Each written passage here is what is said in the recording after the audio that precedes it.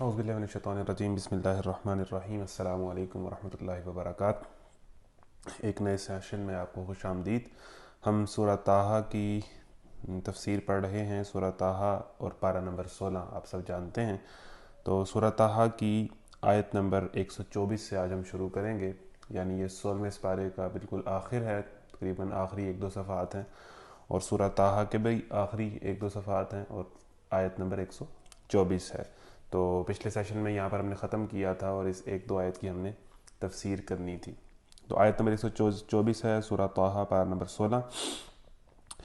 اعوذ باللہ من الشیطان الرجیم بسم اللہ الرحمن الرحیم ومن اعرض عن ذکری فإن له معیشة ضنکا ونحشره یوم القیامة اعمى قال رب لم حشرتنی اعمى وقد كنت بصیرا قال كذلك أتتك آیاتنا فنسیتها وكذلك اليوم تنسى وكذلك نجزي من أسرف ولم يؤمن بآيات ربه ولعذاب الآخرة أشد وأبقى أفلم يهد لهم كما أهلكنا قبلهم من القرون يمشون في مساكنهم إن في ذلك لآيات لأولي النهى ولولا كلمة سبقت من ربك لكان لزاما وأجل مسمى فاصبر على ما يقولون وسبح بحمد ربك قبل طلوع الشمس وقبل غروبها ومن آلاء الليل فسبح وأطراف النهار لعلك ترضى ولا تمدن عينيك إلى ما متعنا به أزواجا منهم زهرة الحياة الدنيا لنفتنهم فيه ورزق ربك خير وأبقى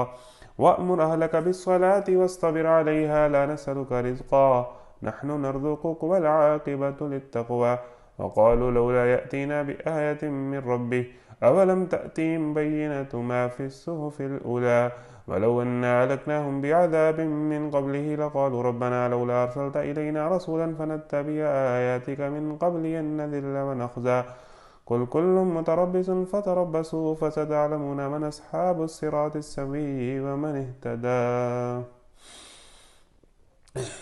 جی ہمارا اس پارہ مکمل ہو چکا ہے اور اب ہم 17ویں اس پارے کا آغاز کریں گے۔ تو یہ جی بڑی ایک دردناک قسم کی آیت ہے۔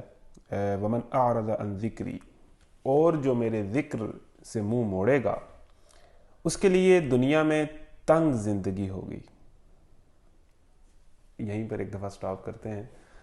اور جو میرے ذکر سے منہ موڑے گا، ذکر کہتے ہیں یاد کو، اللہ تعالیٰ کی یاد کو اپنی زندگی کے اندر، اپنی ڈیلی لائف کے اندر، اپنی جوانی کے اندر، اپنی روٹین کی زندگی کے اندر، اپنی پوری زندگی جو ہم گزار رہے ہیں، جو ہم نے گزارنی ہے آگے، وہ ساری زندگی میں جو اللہ کو بلا دے گا، یعنی اللہ کے ذکر سے منہ موڑ لے گا۔ اللہ کو بلانے کا مطلب یہ ہے کہ زندگی کے جو معاملات ہیں اس میں کوئی اللہ رسول کے احکامات کی اسے پرواہ نہیں ہے۔ اپنی جوانی کے اندر جو معاملات ہیں، اپنی تمام زندگی کے اندر اس کا اٹھنا بیٹھنا، اس کا روزگار، اس کا کاروبار، اس کی تعلیم، اس کے مقاصد، اس کے خواب، اس کے مشن، ٹھیک ہے، اس کی زندگی کی ترجیحات، اس کا سوچنے کا انداز، اس کی پلاننگ، اس کے منصوبے، اس کی تیاریاں، اس کی جناب سٹرگل، جس اپنی زندگی کے اندر اللہ کو بھلائے رکھا۔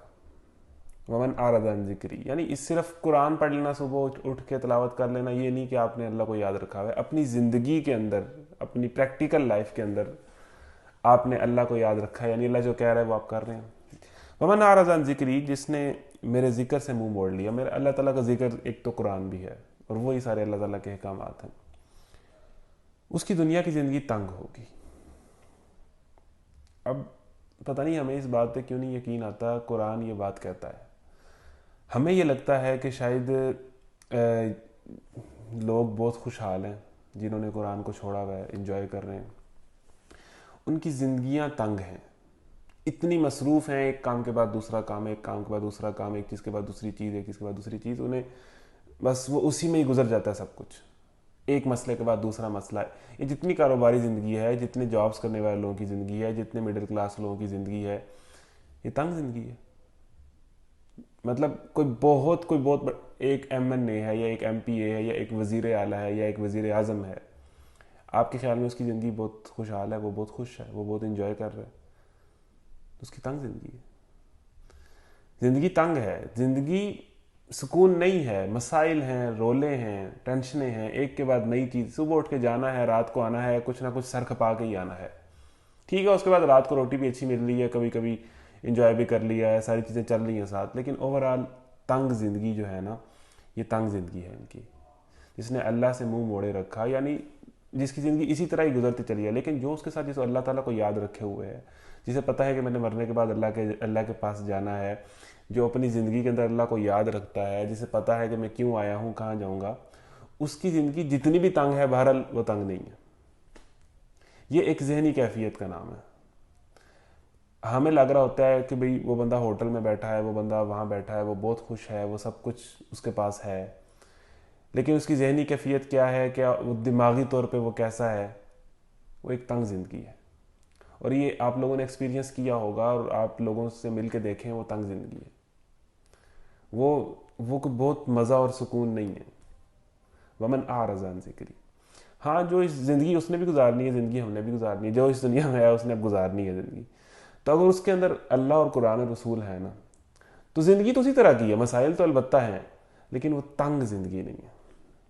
ومن اعرض عن ذکری, ایک ہی اپنی زندگی کی جو تنگ زندگی ہے نا, اس سے بچنے کا ایک ہی طریقہ ہے کہ آپ اللہ کو یاد رکھیں. ومن اعرض عن ذکری, یہ بڑی کلیئر بات ہے. جو میرے ذکر سے منہ موڑے گا, ہم اسے دنیا کی زندگی تنگ گزروائیں گے. آپ نہ سمجھیں کہ وہ آپ کی جو خوشحالی کا سٹیٹس اور سٹینڈرز ہیں وہ پتہ نہیں کیا ہیں, لیکن وہ خوشحال زندگی نہیں ہوگی, وہ کوئی الٹیمیٹ سکون نہیں ہوگا جو آپ کو لگ رہا ہے کہ شاید وہ بہت سکون ہے, جو شاید آپ کو کوئی بھی برائی یا بے حیائی کا کام کرنے سے مل جائے گا. وہ وقتی سکون شاید ہو سکتا ہے, وہ وقتی مزہ اور لذت ہو سکتی ہے, لیکن وہ ایٹ دا اینڈ تنگ زندگی.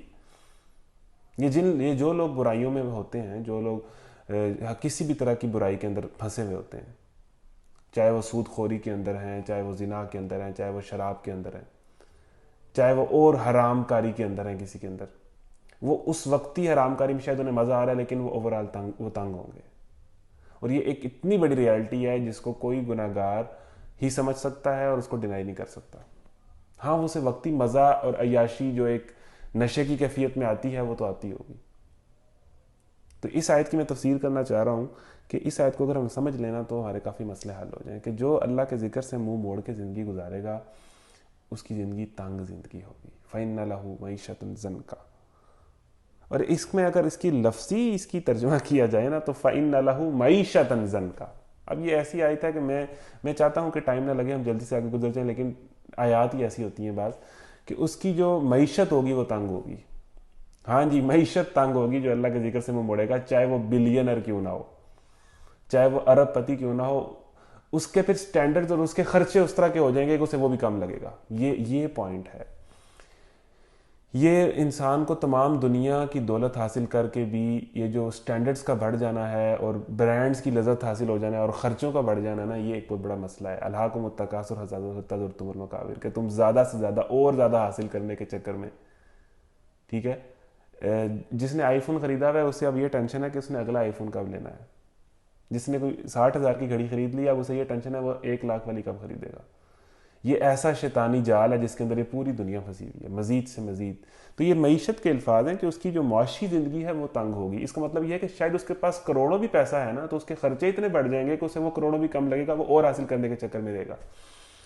اور جو اللہ کو یاد کر کے اپنی معاشی زندگی گزارے گا, اس کے اندر تو میانہ روی ہوگی, اس کے اندر فضول خرچی نہیں ہوگی, اس کے اندر تو پیسہ ہی پیسہ اور برکتیں ہی برکتیں ہوں گی. یہ بیسیکلی ذہنی کیفیت کا نام ہے. تو دیکھیں قرآن کتنی گہری بات کرتا ہے کہ اللہ کے ذکر سے منہ موڑو گے تو چاہے ارب پتی بھی ہو جاؤ گے, لیکن پھر بھی آپ کی معیشت اللہ تنگ کر دے گا. اور اللہ کے ذکر سے منہ موڑو گے تو چاہے 2 وقت کی روٹی بھی ملتی ہو نا, تو تمہیں ایسے لگے گا میرے پاس بہت کچھ ہے, آپ کی خواہشات ہی کم ہو جائیں گی. فَإِنَّ لَهُ مَعِيشَةً, ویسے بھی زندگی تنگ, اور زندگی کا ایک بہت بڑا ایشو ہے پیسہ, وہ بھی تنگ, وہ ہونے کے باوجود بھی تنگ. اندازہ کریں یہ کیسی آئی تھا.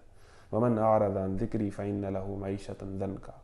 یہ ہے دنیاوی, جو ہمارے ذہن میں یہ ٹینشن ہے, نہیں جی اگر اللہ کی نافرمانی کر لیں گے تو چلو کم از کم دنیا میں تو مزے کریں گے نا. اللہ تعالیٰ یہ پوائنٹ بھی کلیئر کرے, نہیں ایسا بھی نہیں ہے. یہ ہم سمجھتے ہیں کہ دنیا میں لوگ اللہ کی نافرمانی کر کے مزے کرتے ہیں, یا وہ بہت مزے والی زندگی گزار رہے ہیں. نہیں ہے ایسا. اللہ نے یہ چیز بھی کلیئر کر دی کہ دنیا میں بھی ذلیل ہی ہوگا, تنگ زندگی گزارے گا, معاشی طور پہ بھی, ذہنی طور پہ بھی. اور اس کے بعد آگے آخرت. یعنی ہم کتنا گھاٹے کا سودا کرتے ہیں اللہ کو بھول کے. دنیا کی زندگی بھی خراب کرتے ہیں, آخرت کی زندگی بھی خراب کرتے ہیں. چلو دنیا کی زندگی ہی اچھی ہو جاتی ہے, اللہ تعالیٰ کہہ رہا ہے یہ بھی نہیں اچھی ہونی. تو تو پھر کون نادان ہے جو اللہ کے ذکر کو منہ موڑے، دنیا کی زندگی بھی برباد کرے اور آخرت کی لا متناہی زندگی برباد کرے۔ اب یہ ایک بات تو اللہ تعالیٰ نے کلیئر کر دی کہ ہمیں جو لگتا ہے کہ شاید اللہ کو بھول کے دنیا میں ہم بڑے مزے کر سکتے ہیں، اللہ تعالیٰ کہہ رہا ہے اوور آل وہ تنگ زندگی ہوگی۔ وَنَحْشُرُهُ يَوْمَ الْقِيَامَةِ أَعْمَىٰ، اور قیامت کے دن وہ اندھا کر کے اٹھایا جائے گا۔ کون؟ جس نے اپنی زندگی میں اللہ کو بھلائے رکھا، یعنی دنیا میں بھی وہ بہت مزہ نہیں کر سکے گا، وہ اس کی خواہشات نہیں پوری ہو سکیں گی، اور روز قیامت وہ اندھا ہو کے اٹھایا جائے گا۔ اب میں آگے تیزی سے جانا چاہتا ہوں، اس آیت کو سوچیں اور اپنی زندگی میں تبدیلی لے کے آئیں کہ دنیا میں بھی کچھ نہیں ملنا اللہ کی نافرمانی کر کے، بے سکونی ہی ملنی ہے، معاشی طور پہ بھی، ذہنی طور پہ بھی ایک ٹینشن اور سٹریس والی زندگی ہی گزرنی ہے۔ دھوکہ ہے، سب نظر کا دھوکہ ہے، ٹھیک ہے جی؟ تو بالکل باتوں میں نہ آئیں، بالکل دھوکے میں نہ آئیں، کلیئر رہیں کہ یہی واحد رستہ ہے۔ قال رب لم حشرتنی اعمی وقد کنت بصیرا، وہ کہے گا پروردگار دنیا میں تو میں آنکھوں والا تھا، یہاں تو نے مجھے اندھا کیوں اٹھایا؟ اللہ اکبر۔ کہے گا قال ربی، دنیا میں تو میرے پاس آنکھیں تھی، خدا میں آخرت والے دن اندھا کیوں ہوں، مجھے نظر کیوں نہیں آتا؟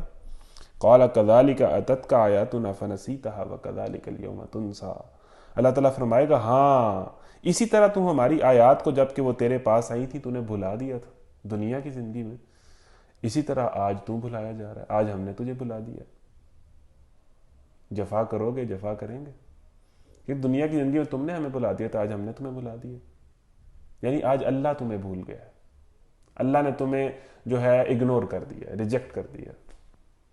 قیامت کے دن وہ اندھا کر کے اٹھایا جائے گا، دنیا میں تو نے ہمیں بھلایا، آج قیامت کے دن ہم تجھے بھلا دیں گے، آج تیری کوئی منت سماجت نہیں چلنی، آج ہم نہیں دیکھیں گے کہ تو کس حال میں ہے، کیونکہ دنیا میں تو نے نہیں دیکھا کہ ہم تجھ سے کیا ڈیمانڈ کر رہے تھے۔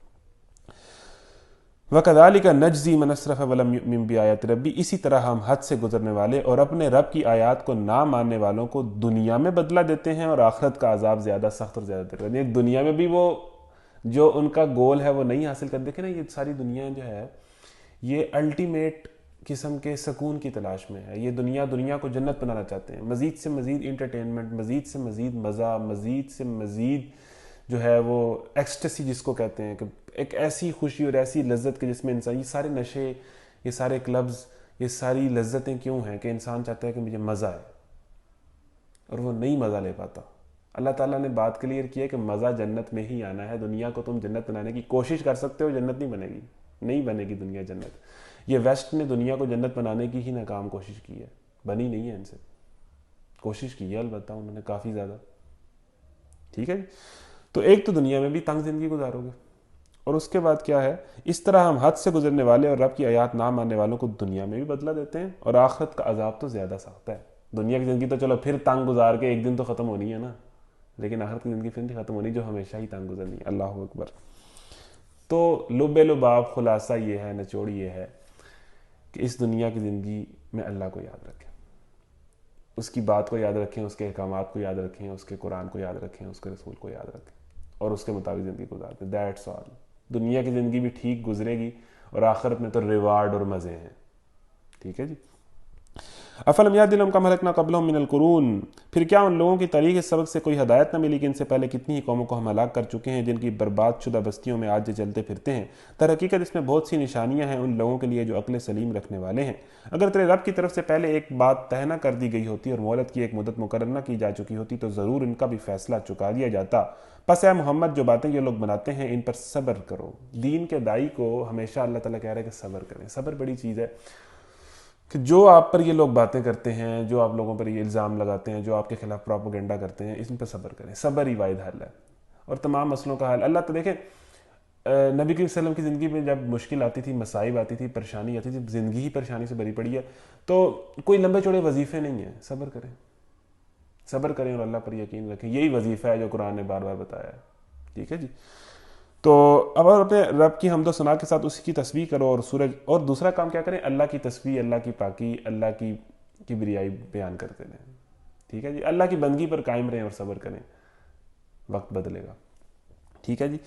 اس کی تسبیح کرو سورج نکلنے سے پہلے اور غروب ہونے سے پہلے، یعنی فجر اور مغرب کی نمازیں، اور رات کے اوقات میں بھی تسبیح کرو اور دن کے کناروں پر بھی، شاید کہ تم راضی ہو جاؤ، اور نگاہ اٹھا کر بھی نہ دیکھو دنیاوی زندگی کی اس شان و شوکت کو جو ہم نے ان میں سے مختلف قسم کے لوگوں کو دے رکھی ہے۔ واللہ قرآن ایسی چیز ہے کہ جب ہم اس کو پڑھتے ہیں نا تو ایسا لگتا ہے کہ یہ دنیا پتہ نہیں کیا ہے، یہ دنیا کی حیثیت واقعی مچھر کے پر کے برابر بھی نہیں ہے جو حدیث میں آتا ہے۔ نگاہ اٹھا کر بھی مطلب تھوڑا سا بھی امپریس ہونے کی ضرورت نہیں ہے یہ دنیا اور چکا چوند اور یہ سارا کچھ اس سے۔ اللہ کے مقابلے میں اللہ کی آیات اور حکمات اور جو اللہ تعالیٰ نے جو ہمیں تہذیب دے دی ہے قرآن کے ذریعے سے، اس کے مقابلے میں یہ سب کچھ بھی نہیں ہے، کچھ بھی نہیں ہے۔ نگاہ تھوڑا سا بھی، بندہ ہوتا ہے نا بعض اوقات منہ سے شو نہیں کرا رہا ہوتا، اندر سے پگھل چکا ہوتا ہے، اندر سے امپریس ہو چکا ہوتا ہے، بالکل امپریس ہونے کی ضرورت ہی نہیں ہے۔ مطلب یہ ایسی چیز ہے ہی نہیں کہ جس کی طرف آپ نگاہ اٹھا کر دیکھیں، یہ کوئی ایسی چیز ہے ہی نہیں جس پہ آپ کو توجہ دیں تھوڑی سی، قرآن کے مقابلے میں اس کو آپ اہمیت دے دیں۔ اور نگاہ اٹھا کر بھی نہ دیکھو دنیاوی زندگی کی اس شان و شوکت کو جو ہم نے ان میں سے مختلف قسم کے لوگوں کو دے رکھی ہے۔ مختلف قسم کو، مختلف بڑے بڑے لوگ، بڑی بڑی ان کے پاس چیزیں اور بڑی بڑی ان کے پاس جو ہے وہ لذتیں، نگاہ اٹھا کر کے بھی نہ دیکھو۔ یہ دیکھیں اللہ ہمیں یہ بات سکھاتا ہے، یہ ہے بندہ مومن کی بے نیازی۔ اگر وہ قرآن کو پڑھ لیتا ہے نا بندہ تو پھر وہ دنیا سے بے نیاز ہو جاتا ہے، ٹھیک ہے نا۔ دو عالم سے کرتی ہے بیگانہ دل کو عجب چیز ہے لذت آشنائی۔ نگاہ اٹھا کر بھی نہ دیکھو دنیاوی زندگی کی اس شان و شوکت کو جو ہم نے ان میں سے مختلف قسم کے لوگوں کو دے رکھی ہے، وہ تو ہم نے انہیں آزمائش میں ڈالنے کے لیے دی ہے، اور تیرے رب کا دیا ہوا رزق حلال ہی بہتر اور پائیدہ تر ہے۔ جو بندہ حلال کا رزق کما رہا ہے تھوڑا یا زیادہ، اس کے پاس سب کچھ ہے۔ اس کے پاس دنیا کی سب سے جو بندہ حلال رزق کما رہا ہے اور اللہ کی بندگی پر قائم ہے، اس کے بعد اسے کسی بندے سے امپریس ہونے کی ضرورت نہیں ہے، یہ پتہ نہیں کہاں چلا گیا اور وہ پتہ نہیں کہاں چلا گیا۔ وَأْمُرْ أَهْلَكَ بِالصَّلَاةِ وَاسْتَبِرْ عَلَيْهَا۔ اور دوسرا کام کیا کرو، اگر آپ نے ایک تنگ معیشت اور تنگ زندگی سے بچنا ہے، ایک تو صبر کریں، اللہ کی تسبیح بیان کریں، لوگوں سے امپریس ہونے کی ضرورت نہیں ہے، بالخصوص اللہ کے نافرمان لوگوں سے امپریس ہونے کی کوئی ضرورت نہیں ہے، ان کے لائف سٹائل سے، ان کی زندگیوں سے۔ اور اس کے بعد حلال رزق کمائیں، اور آگے جو چیز ہے نا وہ زبردست ہے، اور یہ پوری زندگی کا ایک پیکیج ہے۔ وَأْمُرْ أَهْلَكَ بِالصَّلَاةِ وَاسْتَبِرْ عَلَيْهَا۔ اپنے اہل و عیال کو نماز کی تلقین کرو۔ ہم نے اپنے اہل و عیال کو صرف MBBS کرنے کی اور انجینئرنگ کرنے کی تلقین کی ہے، نماز کی تلقین ہمارے والدین نے اپنے گھر والوں کو نہیں کی، یا ہم نے ہماری گھر کی پریورٹیز میں اولاد کی ڈگریاں سب سے اہم ہیں، نماز اور روزہ اور دین تو بات کی چیز ہے، چلو یہ بھی اچھی بات ہے کر لے، تو اصل مسئلہ تو ڈگری کا نا۔ وَأْمُرْ أَهْلَكَ بِالصَّلَاةِ وَاسْتَبِرْ عَلَيْهَا۔ اپنے اہل عیال کو نماز کی تلقین کرو، یہ اصل مسئلہ ہے، یہ اصل چیز ہے جس کی بچپن سے ٹریننگ شروع ہو جانی چاہیے۔ تو چلے ٹھیک ہے، آپ کے میرے اور آپ کے گھر کا ماحول جیسا بھی ہو، لیکن آپ بہت سارے لوگ کل کو آپ کی شادیاں ہونی ہیں، کئیوں کی ہو چکی ہیں، کئی بچے والے ہیں، کئیوں کے بچے ہونے ہیں، تو خود آپ کی زندگی جیسی بھی گزری ہے ہم نہیں جانتے، اپنے بچوں کے لیے کم از کم یہ پلاننگ کریں کہ ان کی زندگی میں سب سے بڑی پریورٹی آپ نے دین رکھنی ہے، سب سے بڑی پریورٹی، کہ یہ اللہ سے ڈرنے والا بنے، باقی چیزیں بعد میں۔ چلیں خود جیسی بھی ہوا، جیسا بھی ماحول ملا، جیسے بھی فیملیز ہیں، آپ نے کل کو فیملی تو بنانی ہے نا، اور آپ بھی اپنے گھر کے سربراہ تو ہوں گے نا، اپنے بچے تو آپ کے ہاتھ میں ہیں نا، ان کے متعلق یہ سوچ لیں کہ ہماری پریورٹی کیا ہوگی، ہم نے اپنے بچوں کی فیوچر پلاننگ کس طرح کرنی ہے۔ اپنے گھر والوں کو نماز کی تلقین کرو، نمازی بنائے ہو۔ ایک والد کو سب سے زیادہ فکر یہ ہونی چاہیے کہ میرا بچہ ٹھیک ہے ڈگریاں بھی کرے، پڑھے، سب کچھ کرے، لیکن نمازی ہو، نماز نہ مس کرتا ہو۔ اسکول سے چھٹی پھر گنجائش ہے، نماز سے چھٹی کی گنجائش نہیں ہے، یہ پریورٹی ہونی چاہیے۔ ہمارے ہاں الٹ ہے۔ اپنے اہل و عیال کو نماز کی تلقین کرو، اور خود بھی اس کے پابند رہو، ڈیفینیٹلی خود بھی پابند رہو۔ ہم تم سے کوئی رزق نہیں چاہتے، رزق تو ہم ہی تمہیں دے رہے ہیں، اور انجام کی بھلائی تقوی ہی کے لیے ہے، یعنی انہی کا اچھا انجام ہوگا جو تقوی رکھنے والے ہوں گے۔ وہ کہتے ہیں کہ یہ شخص اپنے رب کی طرف سے کوئی نشانی کیوں نہیں لے کے آتا، کیوں نہیں لاتا، اور کیوں ان کے پاس اگلے صحیفوں کی تمام تعلیمات کا بیان واضح نہیں آ گیا؟ اگر ہم اس کے آنے سے پہلے ان کو کسی عذاب سے ہلاک کر دیتے تو پھر یہی لوگ کہتے کہ اے ہمارے پروردگار، تو نے ہمارے پاس کوئی رسول کیوں نہ بھیجا کہ ذریعہ رسوا ہونے سے پہلے ہی ہم تیری آیات کی پیروی اختیار کر لیتے ہیں۔ یعنی اللہ کہہ رہا ہے کہ اگر ہم ان کو صرف عذاب میں مبتلا کر دیتے تو یہ لوگ ہم سے یہ کہتے کہ ہمیں تو پتہ ہی نہیں تھا بات کا، تو میں نے اسی لیے رسول بھیجے ہیں انسانوں کی طرف، کہ تاکہ ان پہ حجت تمام ہو جائے، اور جو ہے وہ جب قیامت کا عذاب بھگتے ہیں تو انہیں پتہ ہو کہ جی ہمارے کرتوت ہیں جس کی وجہ سے جو ہے ہمیں یہ سزا ملی ہے۔ یہ آیات میرا خیال ہے پھر پیچھے چلے گئی ہیں، میں ذرا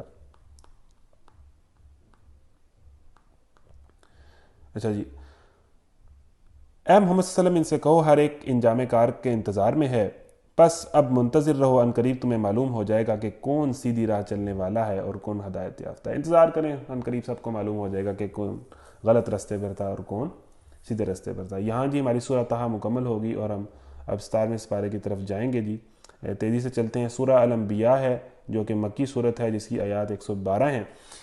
بسم اللہ الرحمن الرحیم، پارہ نمبر 17 کا آغاز ہو چکا ہے۔ اقترب للناس حسابهم وهم فی غفلۃ معرضون، قریب آ گیا ہے لوگوں کے حساب کا وقت اور وہ ہیں کہ غفلت میں منہ موڑے ہوئے ہیں۔ اقترب للناس یعنی اس کا مطلب ہے کہ ہر بندے کے حساب کا وقت بالکل قریب ہے۔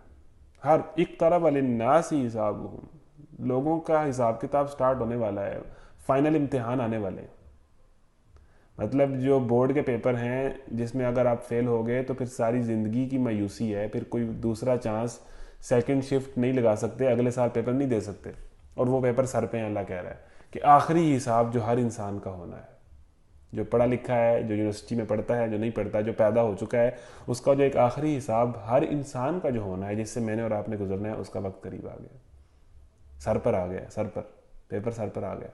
اقترب للناس حسابهم، اور لوگ ہیں کہ غفلت میں پڑے ہوئے ہیں، انہیں ٹینشن ہی کوئی نہیں ہے کہ ہمارا پیپر آ چکا ہے، ہم نے حساب دینا ہے۔ اللہ تعالیٰ کہہ رہا ہے کہ حساب، یعنی ہر انسان، ہمیں کسی کو کیا پتا کہ موت کب آ جانی ہے، ہر انسان کے حساب کا وقت قریب ہے، اور ہمیں پتہ ہی نہیں ہے، ہم نے کبھی اپنے کرتوت دیکھے ہی نہیں ہے، غور ہی نہیں کیا، ہم نے اس بارے سے سوچا ہی نہیں کہ جی میرا فائنل پیپر آ چکا ہے، سر پر ہے، اور میں نے اللہ کو ایک ایک اپنے عمل کا حساب دینا ہے۔ اقترب للناس حسابهم، قریب آ گیا لوگوں کے حساب کا وقت، وهم فی غفلۃ معرضون، اور وہ ہیں کہ غفلت میں پڑے ہوئے ہیں، وہ تو کچھ اور ہی دیکھ رہے ہیں، کچھ اور ہی چل رہا ہے۔ ما یأتیہم من ذکر من ربہم محدث الا استمعوہ وهم یلعبون، ان کے پاس جو تازہ نصیحت ان کے رب کی طرف سے آتی ہے اس کو بے تکلف سنتے ہیں اور کھیل میں پڑے رہتے ہیں۔ یعنی یہ دیکھیں، قرآن سنتے ہیں، اللہ کی بات سنتے ہیں، اور پھر کھیل تماشے میں پڑے رہتے ہیں، پھر ایک نئی مووی لگا لیتے ہیں، ایک نیا سیزن چلا دیتے ہیں، ایک نیا ڈرامہ شروع کر دیتے ہیں۔ قرآن سنتے ہیں، قرآن کی بات سنتے ہیں اور اپنی کھیل میں پڑے رہتے ہیں۔ بات سنی، ٹھیک ہے جی، بڑی اچھی بات ہے، اللہ معاف کرے، وہ اسی کام میں لگے رہتے ہیں۔ یعنی انسانوں کا کیا رویہ ہے اللہ کی کتاب اور اللہ کے احکامات کے ساتھ، ان کے پاس جو نصیحت ان کے رب کی طرف سے آتی ہے اس کو بے تکلف سنتے ہیں اور پھر کھیل تماشے میں پڑے رہتے ہیں۔ لاہیۃ قلوبہم، دل ان کے دوسری ہی فکروں میں منہمک ہے۔ یہ آیات ہماری زندگی کے اوپر چسپاں ہوتی ہیں، اترتی ہیں، اور ہی کوئی ٹینشن ہے ہمیں، بالکل کوئی اور ہی مسئلے ہیں ہمیں ہمارے ذہن پہ جو حاوی رہتے ہیں، کوئی اور ہی مسئلے ہیں۔ یہ ہمارے ذہن میں کیوں نہیں بات بیٹھتی، اور ہمارے ذہن کے اندر یہ دن رات سوچیں کیوں نہیں آتی کسی اور سوچ کے علاوہ کہ میں نے حساب دینا ہے اور میرے اعمال کیسے ہیں؟ یہ ٹینشن ہمیں کیوں نہیں ہے؟ ہمیں اور ٹینشنیں کیوں ہیں؟ کیا ہمیں یہ ٹینشن نہیں ہونی چاہیے کہ بھی ہم نے اب آگ میں جلنا ہے ساری زندگی، ایک گناہگار اور نافرمان انسان، اس کو اور کیوں ٹینشنیں لگی ہوئی ہیں؟ وہ تو بالکل ثانوی حیثیت رکھتی ہیں۔ لاہیۃ قلوبہم، ان کے دل تو اور ہی فکروں میں منہمک ہیں، حالانکہ پیپر سر پر ہے، امتحان سر پر ہے، حساب سر پر ہے، دل ان کے دوسری فکروں میں منہمک ہیں۔ لاہیۃ قلوبہم، اور اس کی وجہ کیا ہے؟ اس کی وجہ یہ ہے، یہ وائی فائی کے کنیکشنز ہیں، انٹرنیٹ اور موبائلز ہیں، یہی ہے جو ہمیں بیسیکلی اللہ کی یاد سے غافل رکھتی ہے چیز، ٹھیک ہے نا؟ ہمیں وہ چیز چھوڑنے نہیں دیتی، مطلب نئی سے نئی چیز، نئی سے نئی ویڈیو، نئی سے نئی انٹرٹینمنٹ، ہم دوسری چیز کی طرف ہو ہی نہیں پاتے مائل، ٹھیک ہے جی۔ دل ان کے دوسری فکروں میں منہمک ہیں، اور ظالم آپس میں سرگوشیاں کرتے ہیں کہ یہ شخص آخر تم جیسا ایک بشر ہی تو ہے، پھر کیا تم آنکھوں دیکھتے جاؤ، جادو کے پھندے میں پھنس جاؤ گے۔ رسول نے کہا میرا رب ہر اس بات کو جانتا ہے جو آسمان اور زمین میں کی جائے، وہ سمیع اور علیم ہے۔ وہ کہتے ہیں بلکہ یہ پراگندہ خواب ہیں، بلکہ یہ سب اس کی من گھڑت باتیں ہیں، بلکہ یہ شخص شاعر ہے، ورنہ یہ لائے کوئی نشانی جس طرح پرانے زمانے کے رسول نشانیوں کے ساتھ بھیجے گئے تھے، حالانکہ ان سے پہلے کوئی بستی بھی جسے ہم نے ہلاک کیا ایمان نہ لائی، اب کیا یہ ایمان لائیں گے؟ اور اے محمد صلی اللہ علیہ وسلم، تم سے پہلے بھی ہم نے انسانوں ہی کو رسول بنا کر بھیجا تھا جن پر ہم وحی کیا کرتے تھے، تم لوگ اگر علم نہیں رکھتے تو اہل کتاب سے پوچھ لو، ان رسولوں کو ہم نے کوئی ایسا جسم نہیں دیا تھا کہ وہ کھاتے نہ ہوں اور نہ وہ سدا جینے والے تھے، پھر دیکھ لو کہ آخرکار ہم نے ان کے ساتھ اپنے وعدے پورے کیے اور جس چیز کو ہم نے چاہا بچا لیا، اور حد سے گزرنے جانے والوں کو ہم نے ہلاک کر دیا۔ میں اب تیزی سے چل رہا ہوں، کوشش ہے کہ ہم آدھا سپارہ مکمل کریں۔ لوگوں ہم نے تمہاری طرف ایک ایسی کتاب بھیجی ہے جس میں تمہارا ہی ذکر ہے، کیا تم سمجھتے نہیں ہو؟ یعنی اس کتاب میں ہمارا ہی ذکر ہے، ہمارے ہی مسئلے ایڈریس ہوئے ہیں۔ اے انسانوں، یہ کتاب جو ہے وہ کسی مارس اور وینس کے مخلوقات کی بات نہیں کر رہی، یہ اس دنیا کے، اس پلانٹ کے مسائل کا حل بتا رہی ہے، اس دنیا کے انسانوں کے لیے آئی ہے، ٹھیک ہے جی، جس میں تمہارا ہی ذکر ہے، کیا تم سمجھتے نہیں ہو؟ کتنی ہی ظالم بستیاں جن کو ہم نے پیس کر رکھ دیا اور ان کے بعد دوسری کسی قوم کو اٹھایا، جب کہ ان کو ہمارا عذاب محسوس ہوا تو لگے وہاں سے بھاگنے، کہا گیا بھاگو نہیں، جاؤ اپنی انہیں گھروں اور عیش کے سامانوں میں جن کے اندر تم چین کر رہے تھے، شاید کہ تم سے پوچھا جائے۔ کہنے لگے ہائے ہماری کمبختی، بے شک ہم خطاوار تھے۔ یعنی انسان پر جب عذاب آتا ہے تبھی اسے بات سمجھ آتی ہے، جب مہلت ختم ہو چکی ہوتی ہے بات سمجھنے کی۔ اور وہ یہی پکارتے رہے یہاں تک کہ ہم نے ان کو کھلیان کر دیا، زندگی کا ایک شرارہ تک ان میں نہ رہا۔ ہم نے اس آسمان اور زمین کو اور جو کچھ بھی ان میں ہے کچھ کھیل کے طور پر نہیں بنایا۔ یہ ساری دنیا یہ انٹرٹینمنٹ کے لیے نہیں ہے، انٹرٹینمنٹ جنت میں ہے۔ ہم اس دنیا کو کیوں انٹرٹینمنٹ اور انجوائمنٹ کے لیے بنانا چاہ رہے ہیں اور نئی سے نئی انجوائمنٹ کی تلاش میں ہیں؟ یہ کھیل تماشا نہیں ہے، یہ ایک بامقصد چیز ہے، اور ادھر ایک مقصد بنا کے زندگی گزارنی، ایک خاص وجہ سے ہم پیدا ہوئے ہیں اور اس وجہ کو پورا کر کے ہم نے یہاں سے جانا ہے۔ اگر ہم کوئی کھلونا بنانا چاہتے اور بس یہی کچھ ہمیں کرنا ہوتا تو ہم اپنے ہی پاس سے کر لیتے۔ اللہ تعالیٰ کہہ رہا ہے کہ کھلونا بنانا ہوتا تو ہم اپنے ہی پاس سے کر لیتے۔ یہ پوری کائنات جو ہم نے بنائی ہے یہ کھلونا نہیں ہے، یہ کھیل تماشا نہیں ہے، ٹھیک ہے؟ اس کو اس طرح نہ گزاریں۔ مگر ہم تو باطل پر حق کی چوٹ لگاتے ہیں جو اس کا سر توڑ دیتی ہے، اور وہ دیکھتے دیکھتے مٹ جاتا ہے، اور تمہارے لیے تباہی ہے ان باتوں کی وجہ سے جو تم بناتے ہو۔ زمین اور آسمانوں میں جو مخلوق بھی ہے اللہ کی ہے، اور جو فرشتے اس کے پاس ہیں وہ نہ اپنے آپ کو بڑا سمجھ کر اس کی بندگی سے سرتابی کرتے ہیں اور نہ ملول ہوتے ہیں، شب و روز اس کی تسبیح کرتے رہتے ہیں، دم نہیں لیتے، یعنی سانس بھر نہیں لیتے، ہر وقت اللہ کی تسبیح میں مصروف عمل رہتے ہیں۔ کیا ان لوگوں کے بنائے ہوئے عرضی خدا ایسے ہیں کہ بے جان کو جان بخش کر اٹھا کھڑا کرتے ہوں؟ یعنی جو تم لوگوں نے خدا بنائے ہوئے ہیں کیا یہ کسی کو پیدا کر سکتے ہیں جس طرح اللہ نے ساری دنیا کو پیدا کیا ہے؟ لو کان فیہم آلیۃ الا اللہ لفسدتا، اگر آسمان و زمین میں، یہ بہت تنگ کر رہا ہے بار بار اوپر چلا جاتا ہے، اگر آسمان و زمین میں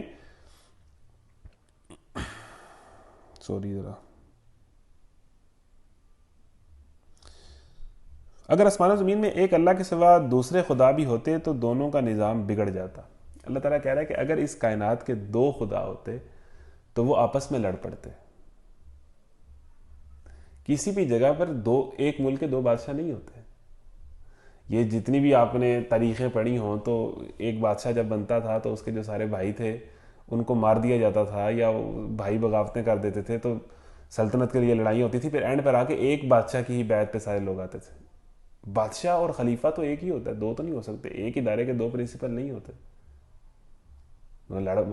تو اس کائنات میں اگر دو تین خدا ہوتے تو وہ تو ایک خدا کی ان کی آپس کی ملکیت کے اندر ہی فساد ہوتا رہتا ہے۔ ایک خدا کسی اور طریقے سے دنیا کو چلانا چاہتا ہے، دوسرا خدا کسی اور طریقے سے دنیا کو چلانا چاہتا ہے، تو وہ تو آپس میں ہی مسئلے ہوتے رہتے، ٹھیک ہے؟ تو اس کائنات کا ایک سے زیادہ خالق و مالک ہو ہی نہیں سکتا، وہ ایک ہی خدا ہے، تب سے تو یہ دنیا بالکل ایک خاص نظم پر چل رہی ہے، ٹھیک ہے؟ تو یہ لکھا ہوا ہے، بڑی خوبصورت آیت ہے، لو کان فیہم آلیۃ الا اللہ، اس میں اگر ایک سے زائد خدا ہوتے تو یہ تو دنیا فساد کا گھر بن جاتی ہے، پورا نظام بگڑ جاتا۔ اگر آسمان و زمین میں ایک اللہ کے ساتھ دوسرے خدا بھی ہوتے تو زمین اور آسمان دونوں کا نظام بگڑ جاتا۔ پس پاک ہے اللہ رب العرش اور ان باتوں سے جو یہ لوگ بنا رہے ہیں، وہ اپنے کاموں کے لیے کسی کے آگے جواب دہ نہیں ہے اور سب جواب دہ ہیں۔ کیا اسے چھوڑ کر انہوں نے دوسرے خدا بنا لیے ہیں؟ اے محمد صلی اللہ علیہ وسلم ان سے کہو کہ لاؤ اپنی دلیل، یہ کتاب بھی موجود ہے جس میں میرے دور کے لوگوں کے لیے نصیحت ہے، اور وہ کتابیں بھی موجود ہیں جن میں مجھ سے پہلے لوگوں کے لیے نصیحت تھی، مگر ان میں سے اکثر لوگ حقیقت سے بے خبر ہیں، اس لیے منہ موڑے ہوئے ہیں۔ تم سے پہلے جو رسول بھی ہم نے بھیجا ہے اس کو یہی وحی کی ہے کہ میرے سوا کوئی خدا نہیں ہے، پس تم لوگ میری ہی بندگی کرو۔ یعنی حضرت عیسیٰ، حضرت موسیٰ، حضرت ابراہیم، جتنے بھی رسول آئے ہیں سب کا ایک ہی پیغام تھا، اور وہ تھا توحید کا، ایک خدا کی بندگی کا۔ تو یہ شرک نامی کوئی چیز کبھی بھی اسلام میں اس کی کوئی گنجائش نہیں رہی۔ یہ کہتے ہیں رحمان اولاد رکھتا ہے، سبحان اللہ، وہ تو بندے ہیں جنہیں عزت دی گئی ہے، یعنی وہ کچھ بندے ہیں جنہیں عزت دی گئی ہے، ان کو آپ اللہ کی اولاد نہیں کہہ سکتے۔ مطلب حضرت عیسیٰ ہیں یا کوئی بھی ہیں تو آپ انہیں، وہ بندے ہیں، ان کو اللہ تعالیٰ نے ویسے عزت دی ہے، مقام دیا، وہ اللہ تعالیٰ کی اولاد تو بہرحال نہیں ہے، ٹھیک ہے جی؟ اس کے حضور بڑھ کر نہیں بولتے اور بس اس کے حکم پر عمل کرتے ہیں۔ جو کچھ ان کے سامنے ہے اسے بھی وہ جانتا ہے، اور جو کچھ ان سے اوجھل ہے اسے بھی وہ باخبر ہے۔ وہ کسی کی سفارش نہیں کرتے بجز اس کے جس کے حق میں سفارش سننے پر اللہ راضی ہو، اور وہ اس کے خوف سے ڈرے رہتے ہیں۔ اور جو ان میں سے کوئی کہتے ہیں، یعنی جتنے بھی لوگ آپ سمجھتے ہیں کہ اللہ کے ہاں سفارش کریں گے وہ نہیں کر سکتے۔ ہمارے ہاں سفارش کا کنسیپٹ ہے کہ زبردستی جہنم سے نکال کے جنت میں لے جایا جائے گا۔ جو ہمارے پیر صاحب ہیں وہ ہمیں جہنم میں جانے نہیں دیں گے جی، وہ آگے آ کے کھڑے ہو جائیں گے۔ اللہ تعالیٰ کہہ رہا ہے کہ کوئی اگر سفارش بھی کرے گا تو اس کا سٹیٹس کیا ہوگا، اس کی اپروچ کیا ہوگی اللہ کے آگے۔ ہم یہ سمجھتے ہیں کہ زبردستی مجھے جہنم سے نکال لیں، اللہ نے جہنم میں ڈالا ہے اور وہ میرا فلانا پیر مجھے زبردستی جہنم سے نکال لے گا۔ جو بھی بہت ہی معزز مکرم بندے ہیں جو سفارش کریں گے، جو انبیاء ہیں، اللہ کے نبی ہیں، جو بھی ہیں، اگر وہ کسی کی سفارش نہیں کرتے، اللہ تعالیٰ قیامت کے دن جس کو اگر سمجھے گا، جس کو اجازت دے گا کہ ہاں جی آپ کچھ کہنا چاہتے ہیں تو کہیں، اگر اللہ چاہے گا، اللہ کو بندے پہ رحم آئے گا، ان کی اجازت دے گا، تو پھر یہ سارے معاملات ہوں گے، بجوز اس کے حق میں سفارش سننے پر اللہ راضی ہو۔ اگر اللہ راضی ہو سفارش سننے پر پھر یہ ہوگی، اور وہ اس کے خوف سے جو سفارش بھی کرنے والے ہیں وہ بھی اللہ سے ڈرتے ہیں۔ یعنی ہم عموماً یہاں پر سفارش وہ کرتا ہے کسی بندے کو بچانے میں جس کا بڑے مضبوط ہاتھ ہو، جس کا بڑا کنٹرول ہو، جس نے بندے کو ایک کال کرنی ہو اور اگلا بندہ کہ یس سر۔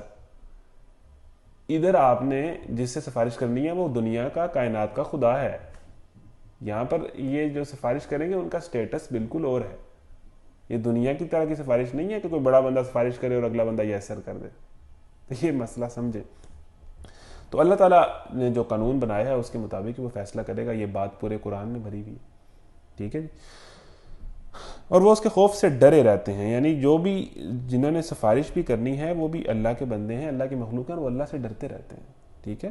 ہاں اگر اللہ کسی کو اجازت دے گا تو وہ کوئی بات کرے گا، جس طرح نبا میں بھی آیا، سورہ نبا 30 پارے میں یہ آیت آئے گی۔ اور جو ان میں سے کوئی کہہ دے کہ اللہ کے سوا میں بھی ایک خدا ہوں تو اسے ہم جہنم کی سزا دیں، ہمارے ہاں ظالموں کا یہ بدلہ ہے۔ کوئی بندہ بھی خدائی کا دعویٰ کرے گا، وہ جو بھی ہو، اللہ تعالیٰ اس کی سزا جہنم ہے۔ کیا وہ لوگ جنہوں نے اپنی نبی کی بات ماننے سے انکار کر دیا ہے غور نہیں کرتے کہ یہ سب آسمان اور زمین باہم ملے ہوئے تھے، پھر ہم نے انہیں جدا کیا اور پانی سے ہر زندہ چیز پیدا کی؟ کیا وہ ہماری اس خلاقی کو نہیں مانتے؟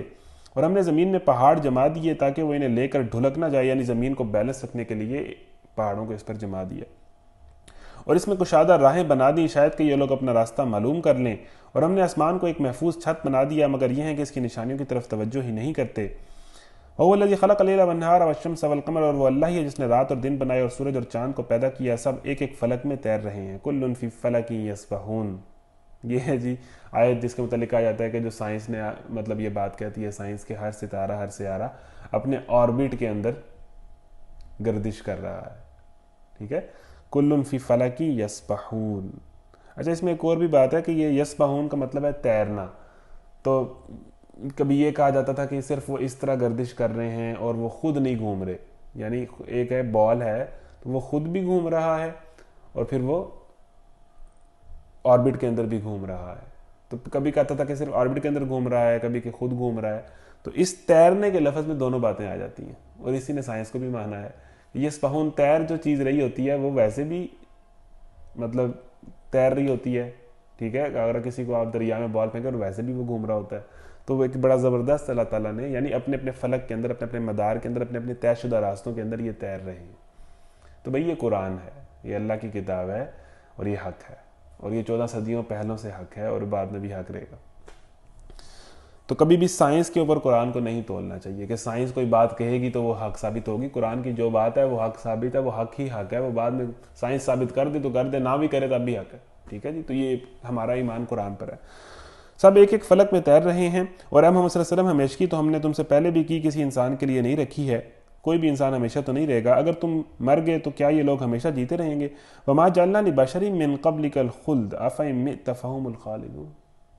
دیکھیں یہ ایک بڑی کلیئر بات ہے کہ اللہ کے نبی بھی بہر البشر، اور محمد صلی اللہ علیہ وسلم ہمیشگی تو ہم نے پہلے سے بھی کسی انسان کے لیے نہیں رکھی، یعنی کوئی بھی ہمیشہ نہیں رہے گا، ہمیشہ رہنے والی ذات تو اللہ کی ہے۔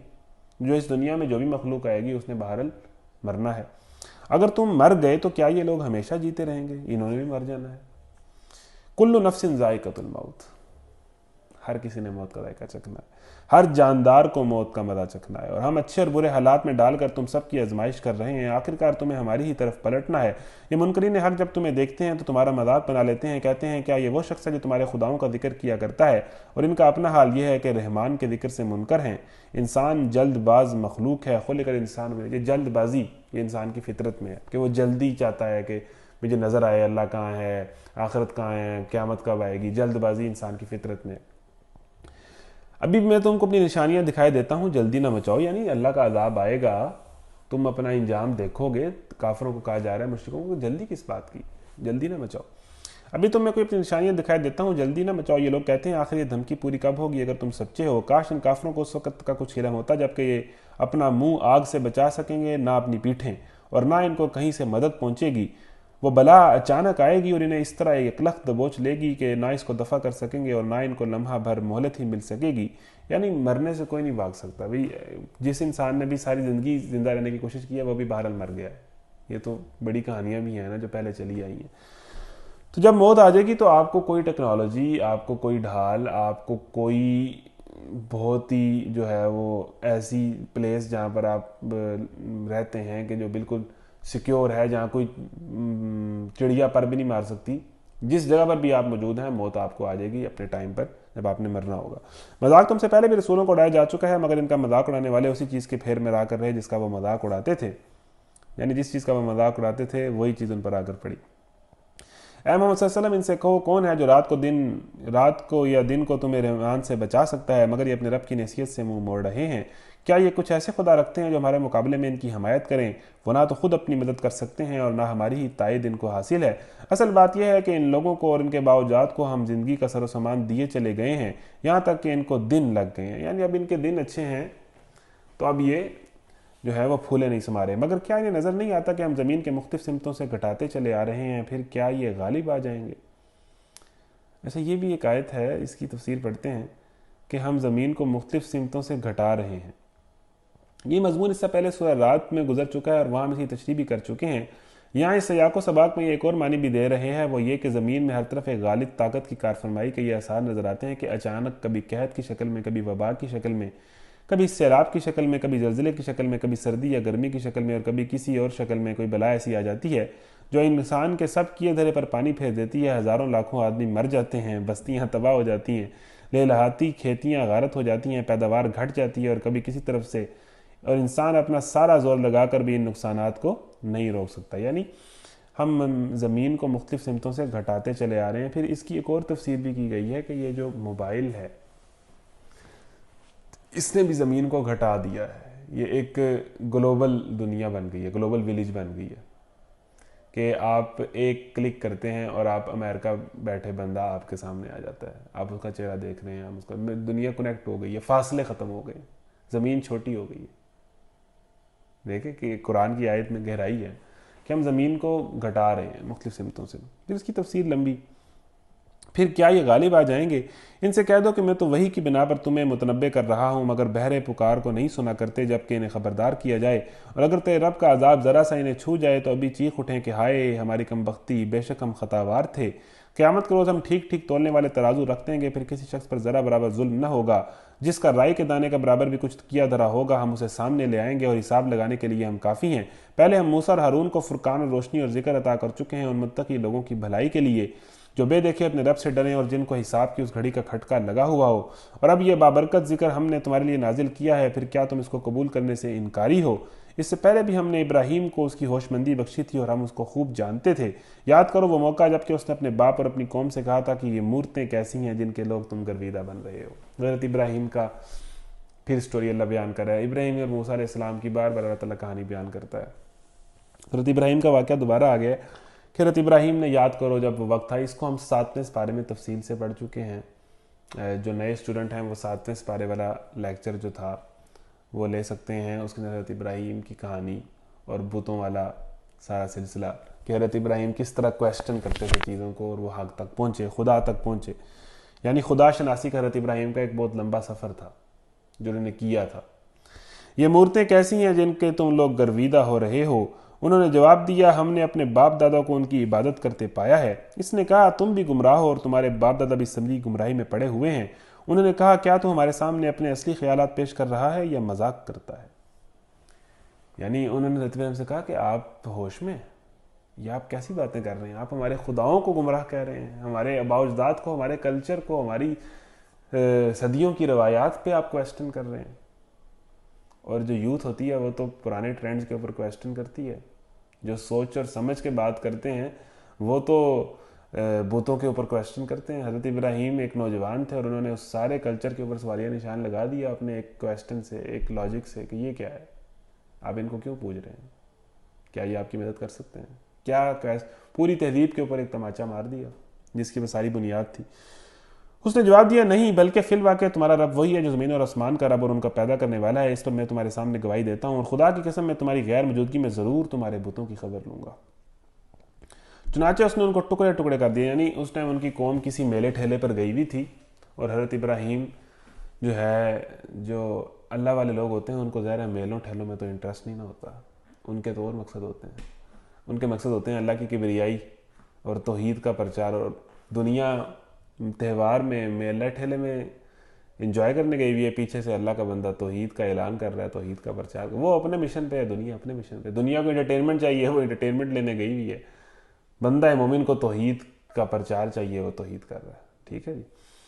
چنانچہ اس نے ان کو ٹکڑے ٹکڑے کر دیا اور صرف ان کے بڑے کو چھوڑ دیا تاکہ شاید وہ اس کی طرف رجوع کریں. انہوں نے آ کر بتوں کا یہ حال دیکھا تو کہنے لگے ہمارے خداؤں کا یہ حال کس نے کر دیا, بڑا ہی کوئی ظالم تھا وہ. بعض لوگ بولے ہم نے ایک نوجوان کو ان کا ذکر کرتے سنا تھا جس کا نام ابراہیم ہے. قالوا سمعنا فتى يذكرهم يقال له ابراہیم. بڑی خوبصورت آیت ہے کہ وہ قوم جب اپنے میلے سے واپس آئی تو حضرت ابراہیم نے پیچھے سے ان کا سارا جو مین ایک ان کا ایریا تھا جہاں ان کے سارے خدا تھے, ٹھیک ہے, جو ان کا مین علاقہ تھا, سارے خداؤں کو ٹکڑے ٹکڑے کر دیا ہتھوڑا پکڑ کے, اور جو سب سے بڑا ان کا مین خدا تھا نا اس کے ہاتھ پہ ہتھوڑا رکھ دیا. مطلب حضرت ابراہیم نے بیسیکلی ایک اس طرح کی ان کی بے عزتی کی کہ بھئی آپ کتنی فضول چیز کی طرف گئے ہیں. مطلب اس کے بعد بیسیکلی انہوں نے یہ کیوں کیا کہ جب انہوں نے کہا کہ یہ بت کس نے توڑے ہیں, تو حضرت پتہ چلا کہ ایک نوجوان ہے جو اس طرح کی باتیں کرتا تھا.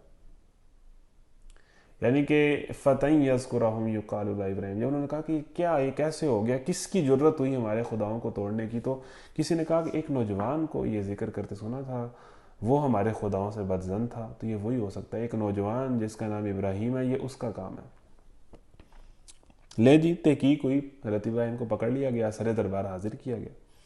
انہوں نے کہا تو پکڑ لاؤ اسے سب کے سامنے تاکہ لوگ دیکھ لیں اس کی کیسی خبر لی جاتی ہے, یعنی عبرتناک سزا دی جائے جس نے ہمارے خداؤں کو توڑا ہے. ابراہیم کے آنے پر انہوں نے پوچھا کیوں ابراہیم تو نے ہمارے خداؤں کے ساتھ یہ حرکت کی. اب یہ کویسچن ہی کتنا مزاحیہ ہے, تو نے میرے خداؤں کو مارا ہے. یہ سوال چیک کریں یار, یہ میرے خداؤں کے ٹکڑے ٹکڑے تو نے کیے, کس طرح کا سوال ہے. کیا خدا کے بھی ٹکڑے ٹکڑے ہوتے ہیں؟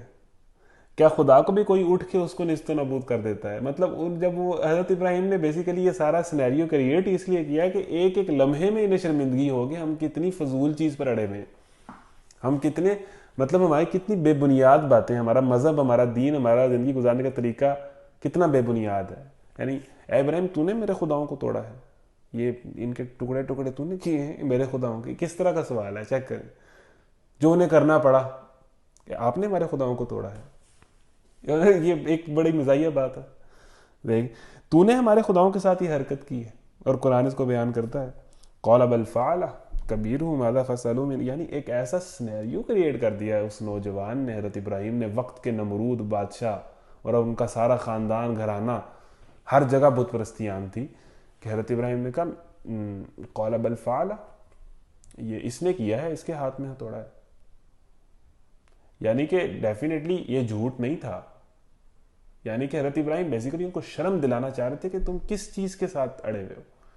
اللہ کو چھوڑ کر بندہ جس بھی نظریے اور عقائد اور آئیڈیالوجی کو لیتا ہے وہ اسی طرح کی بے شرم اور بےہودہ قسم کی آئیڈیالوجی ہوتی ہے جس پہ ہنسنا چاہیے. یہ جو بھی لوگ اللہ کو چھوڑ کر کسی بھی نئے فلسفے سے امپریس ہو جاتے ہیں وہ اسی طرح کا بےہودہ فلسفہ ہوتا ہے جس پر ہنسنا چاہیے. یہ اس آیت کا یہ سبق ہے کہ جو اللہ ہی کو نہ پہچان پائے وہ جتنا مرضی فلسفہ بن جائے, اس کی حالت جو ہے وہ ترس کھانے والی ہے اور ہنسنے والی ہے. تو اس پوری تہذیب کی حالت یہی تھی. ٹھیک ہے, تو قال بل فعل, کہ حضرت ابراہیم نے کہا اس نے کیا ہے, کبیرہم ھذا فاسألوہ ان کانوا ینطقون, اس سے پوچھ لیں اگر یہ بات کرتا ہے. یعنی یہ اتنا بڑا طنز تھا کہ آپ کے خدا تو دنیا کے مسئلے حل کرتے ہیں, پوری دنیا چلاتے ہیں, تو پوچھ لیں ان سے, ان کے ہاتھ میں یہ توڑا ہے, سب سے بڑا بت بھی یہ ہیں, سب سے زیادہ طاقتور بھی یہ ہیں, تو ان سے پوچھ لیں, لگتا ہے انہوں نے مارے ہوں گے, ہتھوڑا بھی ان کے ہاتھ میں. کبیرہم ھذا فاسألوہم ان کانوا ینطقون فرجعوا الی انفسہم فقالوا انکم انتم الظالمون. جب انہوں نے یہ سینیریو دیکھا اور یہ حالت دیکھی تو ان کے ساروں کے ذہنوں میں اللہ یہ بیان کرتا ہے کہ ایک دفعہ حق عیاں ہو گیا, بالکل دلیل سے ان کی بولتی بند کرا دی گئی, اور انہوں نے دل میں سب نے کہا ان کانوا ظالمون, تم بڑے ظالم لوگ ہو, تم یہ بت پرستی کر رہے ہو اس کی کوئی لاجک نہیں بنتی, کوئی تک نہیں بنتی. کبیرہم ھذا فاسألوہم ان کانوا ینطقون فرجعوا الی انفسہم فقالوا انکم انتم الظالمون ثم نکسوا علی رؤوسہم لقد علمت ما هؤلاء ينطقون، پھر وہ پلٹے اور کہا کہ تم تو جانتے ہو کہ یہ باتیں نہیں کرتے. یعنی انہیں ماننا پڑا. پہلے انہوں نے دل میں مانا کہ ہم مطلب کتنی فضول بات پر اڑے ہوئے ہیں کہ ہم کن کو پوچھتے ہیں، جن کے ٹکڑے ٹکڑے ایک نوجوان نے آ کے کر دیے. پھر ان کے اوپر نفس غالب آیا، اپنی حمیت غالب آئی، تعصب غالب آیا، غیرت غالب آیا، جو اللہ کے دین کے مقابلے میں انسان کے اوپر غالب آ جاتے ہیں، اور کہا کہ ابراہیم تم تو جانتے ہو کہ یہ بات نہیں کر سکتے. تو حضرت ابراہیم نے آگے سے کیا کہا؟ قال افتعبدون من دون اللہ ما لا ينفعکم شیئا ولا یضرکم، کیا تم ان لوگوں کی پرستش کرتے ہو، ان کو پوجتے ہو، ان کو خدا مانتے ہو جو نہ اپنے آپ کو نفع دے سکتے ہیں اور نہ اپنے آپ کو کسی نقصان سے بچا سکتے ہیں؟ انہوں نے تمہیں کیا نفع دینا ہے اور تمہیں کس نقصان سے بچانا ہے؟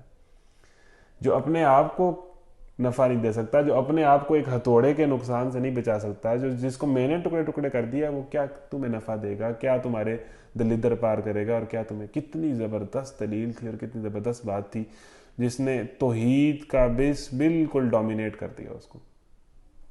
لیکن وہ نہیں مانے. آگے کیا ہوا؟ ابراہیم نے کہا پھر کیا تم اللہ کو چھوڑ کر ان چیزوں کو پوج رہے ہو جناب تمہیں نفع پہنچانے پر قادر ہے نہ نقصان؟ تف ہے تم پر اور تمہارے ان معبودوں پر جن کو تم اللہ کو چھوڑ کر پوجا کر رہے ہو. کیا تم کچھ بھی عقل نہیں رکھتے؟ یعنی جو بھی اللہ کو چھوڑ کر کسی اور کو پوجتا ہے وہ بیوقوف ہے، کسی اور کو مانتا ہے وہ بیوقوف ہے، وہ پاگل ہے. چاہے وہ بہت بڑا آئنسٹائن بھی آپ کو لگتا ہو، لیکن وہ پاگل ہے. انہوں نے کہا جلا ڈالو اس کو اور حمایت کرو اپنے خداؤں کی اگر تمہیں کچھ کرنا ہے. انہوں نے کہا کہ یہ عزت بیزتی کا معاملہ ہے، اپنے خداؤں کی ریسپیکٹ کا معاملہ ہے، یعنی وہ چیز جو عوام کو بھڑکا دے کہ اس نے ہمارے خداؤں کی توہین کی ہے. اپنے خداؤں کی مدد کرو، اپنے خدا کی مدد کو نکلو، نصرت کو نکلو اور جلا ڈالو اس کو. ہم نے کہا اے آگ ٹھنڈی ہو جا اور سلامتی بن جائے ابراہیم پر. دیکھیں جب بندہ اپنے ایمان کو بچاتا ہے نا، جس طرح اصحاب کہف کا بھی ہم نے پڑھا ہے، تو پھر دنیا کی ہر چیز اس کی مدد کرتی ہے. یہاں پر آگ جلنے سے رک گئی کہ اللہ کا بندہ آیا ہے جس نے اللہ کی توحید بلند کی ہے. تو اللہ تعالیٰ نے کہا کہ آگ کو یہ کہہ دیا کہ جلانے کا تم میرے بندے کو جلا ہی نہیں سکتی، میرے نافرمان بندوں کو آگ جلائے گی، میرے مومن بندے کو تم نہیں جلا سکتی. اللہ تعالیٰ نے ایک مطلب یہ اخیر قسم کا امتحان اور آزمائش ہے جس سے حضرت ابراہیم گزرے. مطلب چیلنج کر دیا وقت کے بادشاہ کو. بہت بڑی جرت ہے، خداؤں کو توڑ دیا. پوری قوم ایک طرف، جس طرح حضرت موسیٰ اور وہ تھا کہ ون مین آرمی، یہی حضرت ابراہیم. اور یہ حضرت ابراہیم اور موسیٰ میں چیز ہی یہ کامن ہے کہ یہ ون مین آرمی بن کے اپنے معاشرے سے لڑے تھے، اور اس لیے اللہ تعالیٰ کو یہ پسند بھی پڑے ہیں. وقت کے بادشاہوں کو للکارا تھا جن کے سامنے کوئی پلک بھی اٹھا نہیں سکتا تھا. انہوں نے نمرود کو، حضرت موسیٰ نے فرعون کو. ہم نے کہا اے آگ ٹھنڈی ہو جا، اور سلوٹ ہے ابراہیم کو. اللہ تعالیٰ سلام بھیجتا ہے ابراہیم کو. قلنا یا نار کونی بردا وسلاما علی ابراہیم. ہم نے کہا ہے آگ ٹھنڈی ہو جائے، یعنی جب وہ گھڑا بنایا گیا، آگ جلائی گی، پوری دنیا وہاں کھڑی ہو چکی تھی کہ اب عبرتناک سزا ملے گی اس نوجوان کو. حضرت ابراہیم کو اوپر سے پھینکا گیا. عقل ہے محو تماشائے لب بام ابھی. حضرت ابراہیم خوشی خوشی اس آگ میں کود گئے. نہیں پتا تھا ٹھنڈی ہوگی، لیکن وہی والی بات کہ امتحان پورا کیا. اللہ کے لیے جلنے سے بھی نہیں کترائے. یعنی سب سے زیادہ اذیت ناک جو ڈیتھ ہے وہ جل کر ہے، جل کر جو موت ہے وہ سب سے زیادہ تکلیف دہ ہے، اس کے لیے تیار تھے. تو آگ کو ٹھنڈی، آگ پھر ساروں کے سامنے حضرت ابراہیم اس آگ سے نکل آئے اور سب نے دیکھا، اور ان کے منہ دیکھنے والے ہوں گے. اور کہا جاتا ہے کہ پھر بھی کوئی بندہ ایمان نہیں لایا. ایمان لانے کے لیے معجزہ نہیں چاہیے، ایمان لانے کے لیے عقل چاہیے، خوف چاہیے. وہ نہیں ہے تو آنکھوں کے سامنے کچھ بھی ہو جائے آپ ایمان نہیں لا سکتے. سلامتی بن جائے ابراہیم پر. وہ چاہتے تھے کہ ابراہیم کے ساتھ برائی کریں، مگر ہم نے ان کو بری طرح ناکام کر دیا، اور ہم اسے اور لوط کو بچا کر اسے زمین کی طرف نکال لے گئے جس میں ہم نے دنیا والوں کے لیے برکتیں رکھی ہیں. اور ہم نے اسے اسحاق عطا کیا اور یعقوب اس پر مزید، اور ہر ایک کو صالح بنایا، اور ہم نے ان کو امام بنا دیا جو ہمارے حکم سے رہنمائی کرتے تھے. یعنی امام وہی ہوگا، لیڈر وہی ہوگا جو اللہ کے حکم کی طرف قوم کو لے کر آئے گا. اور کوئی لیڈر نہیں ہو سکتا. وہی امام ہے، وہی لیڈر ہے، اور اسی کو لیڈر مانے جو لوگوں کو اللہ کے حکم کی طرف بلاتا ہے. حکم اللہ کے حکم کی طرف سے کلمے کی بنیاد پر ہی چینج آئے گا، اور کلمے کی بنیاد پر ہی مسلمان اکٹھے ہوں گے. اور ہم نے انہیں وحی کے ذریعے نیک کاموں کی اور نماز قائم کرنے اور زکوٰۃ دینے کی ہدایت کی، اور وہ ہمارے عبادت گزار تھے. اور لوط کو ہم نے حکم اور علم بخشا اور اسے اس بستی سے بچا کر نکال دیا جو بدکاریاں کرتی تھی، یعنی وہی ہم جنس پرست قوم. در حقیقت وہ بڑی ہی بری اور فاسق قوم تھی، اور لوط کو ہم نے اپنی رحمت میں داخل کیا. اب یہ دیکھیں ہم جنس پرست قوم جو ہے اس کو اللہ تعالیٰ نے بڑی ہی گندی قوم کہا گیا ہے، اور سبحان اللہ پورا ویسٹ آج کل اسی کام میں لگا ہوا ہے، ہم جنس پرستی، اسی کو لیگل کر دیا گیا ہے، ان کے حقوق کی بات ہو رہی ہے۔ آج کل تو دنیا جائز، آج کل تو یہی لوگ ہیں، یہی لوگ آپ کو ہر جگہ نظر آئیں گے۔ تو دیکھ لیں اللہ کو چھوڑ کر بڑی بڑی پڑھی لکھی تہذیبیں کس قدر گندی اور گر جاتی ہیں، کوئی حد نہیں ہے اس چیز کی۔ در حقیقت وہ بڑی ہی بری اور فاسق قوم تھی، اور لوط کو ہم نے اپنی رحمت داخل کیا، وہ صالح لوگوں میں سے تھا، اور یہی نعمت ہم نے نوح کو دی۔ یاد کرو جبکہ ان سب سے پہلے اس نے ہمیں پکارا تھا، ہم نے اس کی دعا قبول کی اور اس سے اور اس کے گھر والوں کو کرب عظیم سے نجات دی، اور اس قوم کے مقابلے میں اس کی مدد کی، اس نے ہماری آیات کو جھٹلا دیا تھا۔ وہ بڑے برے لوگ تھے، بس ہم نے ان سب کو غرق کر دیا۔ اور اسی نعمت سے ہم نے داؤد اور سلیمان کو سرفراز کیا۔ یاد کرو وہ موقع جب کہ وہ دونوں ایک کھیت کے مقدمے میں فیصلے کر رہے تھے، جس میں رات کے وقت دوسرے لوگوں کی بکریاں پھیل گئی تھیں، اور ہم ان کی عدالت خود دیکھ رہے تھے۔ اس وقت ہم نے صحیح فیصلہ سلیمان کو سمجھا دیا، حالانکہ حکم اور علم ہم نے دونوں ہی کو عطا کیا تھا۔ داؤد کے ساتھ ہم نے پہاڑوں اور پرندوں کو مسخر کر دیا تھا جو تسبیح کرتے تھے، اس فعل کرنے والے ہم ہی تھے، یعنی حضرت ابراہیم۔ حضرت داؤد سے پھر وہ موسیقی کو لوگ جائز کر دیتے ہیں۔ حضرت داؤد مطلب اللہ تعالیٰ کی تسبیح بڑے خوبصورت انداز میں کرتے تھے کہ پہاڑ اور چرند پرند مسخر ہو جاتے تھے، مطلب ان کی آواز میں خوبصورتی تھی، اور وہ اللہ کی تسبیح کر رہے ہوتے تھے، اور لوگوں نے اس سے کیسی کیسی دلیلیں نکالنی ہیں۔ اس فعل کے کرنے والے ہم ہی تھے، اور ہم نے اس کو تمہارے فائدے کے لیے ذرا بنانے کی صنعت سکھا دی تھی تاکہ تم کو ایک دوسرے کی مار سے بچائے، پھر کیا تم شکر گزار ہو؟ یعنی وہ اسلحہ اور ذرہ بناتے تھے حضرت داؤد، یعنی یہ جنگ جو ہے یہ انبیاء کا بھی فخر رہی ہے، یہ جو جہاد ہے۔ حضرت داؤد نے وہ قتل داؤد جالوت کو قتل کیا تھا نا، بڑی زبردست جنگ کے اندر، نوجوانی میں، بالکل بچپنے میں، تاکہ تم ایک دوسرے کی مار سے بچائے، پھر کیا تم شکر گزار ہو؟ سلیمان کے لیے ہم نے تیز ہوا کو مسخر کر دیا تھا جو اس کے حکم سے اس سرزمین کی طرف چلتی تھی جس میں ہم نے برکتیں رکھی تھیں، یعنی داؤد کے بیٹے سلیمان، اور ان کی تو پھر حکومت جانوروں پر بھی تھی، چیونٹیوں پر بھی تھی، اور ہواؤں پر بھی ان کی حکومت تھی، انہیں اللہ تعالیٰ نے بہت بڑا اختیار کیا تھا۔ ہم ہر چیز کا علم رکھنے والے تھے، اور شیاطین میں سے ہم نے ایسے بہت سوں کو اس کا تابع بنا دیا تھا جو اس کے لیے غوطے لگاتے تھے اور اس کے سوا دوسرے کام کرتے تھے، ان سب کے نگراں ہم ہی تھے۔ یعنی حضرت سلیمان کے لیے جو ہے وہ شیاطین، وہ جن جو تھے وہ حضرت سلیمان کے ماتحت تھے اور ان کے کام کرتے تھے بڑی منٹوں اور سیکنڈز کے اندر۔ اور یہی ہوشمندی اور حکمت علم کی نعمت ہم نے ایوب کو دی تھی۔ یاد کرو جب اس نے اپنے رب کو پکارا، مجھے بیماری لگ گئی ہے تو ارحم الراحمین، حضرت ایوب کو بڑی سخت بیماری لگی تھی اور بڑی لمبا عرصہ یہ بیماری لگی ہوئی تھی، تو حضرت ایوب نے اس بیماری کو بڑے صبر سے گزارا، تو اللہ تعالیٰ نے پھر اس بیماری سے ان کو نجات دی۔ مجھے بیماری لگ گئی ہے اور تو ارحم الراحمین ہے، یعنی جو بھی بیمار ہیں ان کے لیے یہ دعا بھی ہے کہ اذ انی مسنی الضر وانت ارحم الراحمین، کہ مجھے بیماری لگ گئی ہے اور اے اللہ تو سب سے زیادہ رحم کرنے والا ہے، تو میرے حال پر رحم کر۔ ہم نے اس کی دعا قبول کی اور جو تکلیف اسے دی تھی اس کو دور کر دیا، اور صرف اس کے اہل و عیال ہی اس کو نہیں دیے بلکہ ان کے ساتھ اتنے ہی اور بھی دیے، اپنی خاص رحمت کے طور پر، اس لیے کہ یہ ایک سبق ہو عبادت گزاروں کے لیے۔ اور یہی نعمت اسماعیل اور ادریس اور ذوالکفل کو دی، یہ سب صابر لوگ تھے، اور ان کو ہم نے اپنی رحمت میں داخل کر دیا کہ وہ صالحین میں سے تھے۔ اور مچھلی والے کو بھی ہم نے نوازا، وَذَنُّونِ ذَهَبَ مُغَاضِبًا فَظَنَّ أَن لَّن نَّقْدِرَ عَلَيْهِ فَنَادَىٰ فِي الظُّلُمَاتِ اللہ الہ الا انت سبحانک انی کنت من الظالمین۔ یہاں تمام انبیاءوں کا ذکر ہے اور ان کی دعائیں ہیں اور ان کی دعاؤں کی قبولیت ہے، یعنی تمام انبیاء کو اللہ تعالیٰ نے اچھی خاصی تکالیف سے گزارا، پھر انہوں نے اللہ تعالیٰ سے دعائیں کی، اور پھر اللہ تعالیٰ نے ان کی یعنی تکلیف میں ایسے آزمائش میں ڈالنے والا اور پھر اس آزمائش سے نکالنے والا خدا ہے، اور اس آزمائش میں وہ بندے کا امتحان کر لیتا ہے، تو اس آزمائش میں ڈالا۔ یعنی حضرت ایوب کو بیماری لگی، انہوں نے اللہ کو پکارا، صبر کیا، ان کی بیماری دور ہو گئی۔ حضرت یونس سے جو غلطی ہوئی کہ وہ اللہ کے حکم سے پہلے وہاں سے نکل کے ہجرت کر گئے، تو وہ مچھلی کے پیٹ میں رہے، اور ان ظلمات، ان اندھیروں میں، ان کو اندھیرا کہا گیا ہے، ان اندھیروں میں اللہ کو پکارا، اور حضرت یونس کی فیمس دعا لا الہ الا انت سبحانک انی کنت من الظالمین، کہ اللہ میں ظالم تھا اور تو اس پاک ہے۔ تو حضرت یونس کی دعا قبول کی، آگے چل کے حضرت صالح کی دعا قبول کی، زکریا کی دعا قبول کی، سب یہاں پر یہ جو رکوع ہے اس میں تمام انبیاء کی دعائیں ہیں، اور بڑی وہ خوبصورت دعائیں ہیں، اور پھر ان کی قبولیت ہے۔ اور مچھلی والے کو بھی ہم نے نوازا، یاد کرو جب کہ وہ بگڑ کر چلا گیا تھا اور سمجھا تھا کہ ہم اس پر گرفت نہ کریں گے، آخر کو اس نے تاریکیوں میں سے پکارا، نہیں ہے کوئی خدا مگر تو پاک ہے تیری ذات، بے شک میں نے قصور کیا۔ تب ہم نے اس کی دعا قبول کی اور غم سے اس کو نجات بخشی، اور اسی طرح ہم مومنوں کو بچا لیا کرتے ہیں۔ اور زکریا کو اس نے اپنے رب کو پکارا، حضرت زکریا کی دعا ربی لا تذرنی فردا وانت خیر الوارثین، اے رب مجھے اکیلا نہ چھوڑنا اور تو بہترین وارث ہے۔ ٹھیک ہے. تو یہ جب انسان اکیلا رہ جائے تو یہ اللہ سے یہ دعا کرے. جب انسان مشکل میں پھنس جائے تو لا الہ الا انت سبحانک انی کنت من الظالمین. جب انسان بیمار ہو جائے تو حضرت ایوب کی دعا انی مسنی الضر وانت ارحم الراحمین. جب انسان اکیلا ہو جائے, بے یار و مددگار ہو جائے, سب اس کو چھوڑ جائیں, کوئی اس کی بات نہ سمجھے, تو ربی لا تذرنی فردا وانت خیر الوارثین, حضرت زکریا کی دعا. تو بڑی خوبصورت دعائیں ہیں جو مختلف سچویشنز میں انسان کر سکتا ہے. اور زکریا جب کہ اس نے رب کو پکارا ہے پروردگار مجھے اکیلا نہ چھوڑ اور بہترین وارث تو ہی ہے, ہم نے اس کی دعا قبول کی اور اسے یہی عطا کیا, اور اس کی بیوی کو یعنی اولاد کے لیے بھی یہ دعا ہے. حضرت زکریا کی اولاد ہوئی جس کا ہم سورہ مریم میں ذکر پڑھ چکے ہیں, اور اس کی بیوی کو اس کے لیے درست کر دیا. یہ لوگ نیکی کے کاموں میں دوڑ دھوپ کرتے تھے اور ہمیں رغبت اور خوف کے ساتھ پکارتے تھے اور ہمارے آگے جھکے ہوئے ہوتے تھے. یعنی ان لوگوں کی کیا صفات تھیں جن کی دعائیں اللہ نے قبول کی, کہ وہ نیکی کے کاموں میں ایکٹیو رہتے تھے, دوڑ دھوپ کرتے تھے, کمپٹیشن کرتے تھے, خوف سے اور رغبت سے اللہ کو پکارتے تھے اور اللہ کے آگے جھکے رہتے تھے.